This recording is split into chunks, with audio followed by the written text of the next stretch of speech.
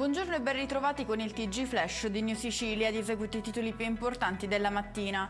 Arrivano aggiornamenti sul sub olandese deceduto durante le operazioni di recupero del Baesen a Porticello in provincia di Palermo. Inizialmente si era ipotizzato che a causare il decesso fosse stato un malore, ma dalle indagini pare che l'uomo sia stato colpito da un pezzo di metallo schizzato durante il taglio del boma, una fase preliminare alla rimozione dell'albero.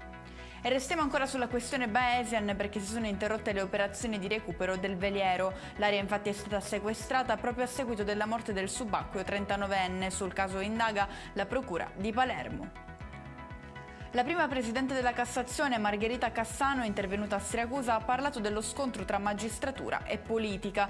Penso che non ci sia alcuna guerra, il capo dello Stato ci ha richiamato più volte alla capacità di dialogo, di ascolto e di rispetto reciproco. Queste le parole della Cassano. Lo sport con la vittoria del Palermo contro il Frosinone per 2-0, 3 punti che si sono rivelati fondamentali per l'accesso ormai matematicamente certo ai playoff di Serie B. Nonostante il successo continua la dura contestazione da parte della tifoseria nei confronti di allenatore e dirigenza. Pretende di imbarcarsi da ubriaco, poi aggredisce un medico. È successo all'aeroporto di Catania, dove un passeggero in evidente stato di ebbrezza, vistosi negare l'imbarco, è andato in escandescenze, colpendo il personale sanitario giunto sul posto per garantirgli assistenza. E con questo è tutto, prossimo appuntamento stasera alle 19:30. Grazie per averci seguito, buon proseguimento di giornata.